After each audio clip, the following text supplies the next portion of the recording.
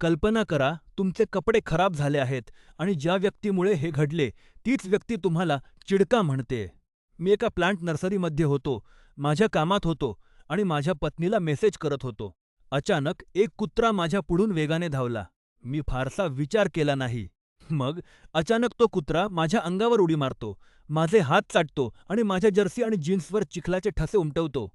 मी स्वतः कुत्र्यांचा मालक आहे, त्यामुळे मी त्याकडे दुर्लक्ष केलं. पण मग अखेर त्याची मालकीण तिथे येते. ती तिच्या कुत्र्यांना हाक मारते, पण त्यांना पट्ट्याने बांधण्याऐवजी त्यातला एक कुत्रा पुन्हा माझ्या अंगावर उडी मारतो. आता मी पूर्णपणे चिखलात माखलो होतो. ती महिला कुत्र्याला उडी मारू नकोस असं सांगते, पण त्याला थांबवण्यासाठी ती प्रत्यक्षात काहीच करत नाही.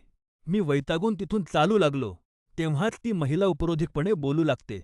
ती माझ्याकडे बघून म्हणते, "ओहो, कोणीतरी आज खूप चिडलेला उठलंय." मी मागे वळून तिला स्पष्टपणे सांगितलं, "हे डॉग पार्क नाहीये आणि तिच्या कुत्र्यांना पट्ट्याने बांधलेलं असायला हवं." तिथे तमाशा होऊ नये म्हणून मी बाजूला जाण्याचा प्रयत्न केला, पण ती थांबली नव्हती.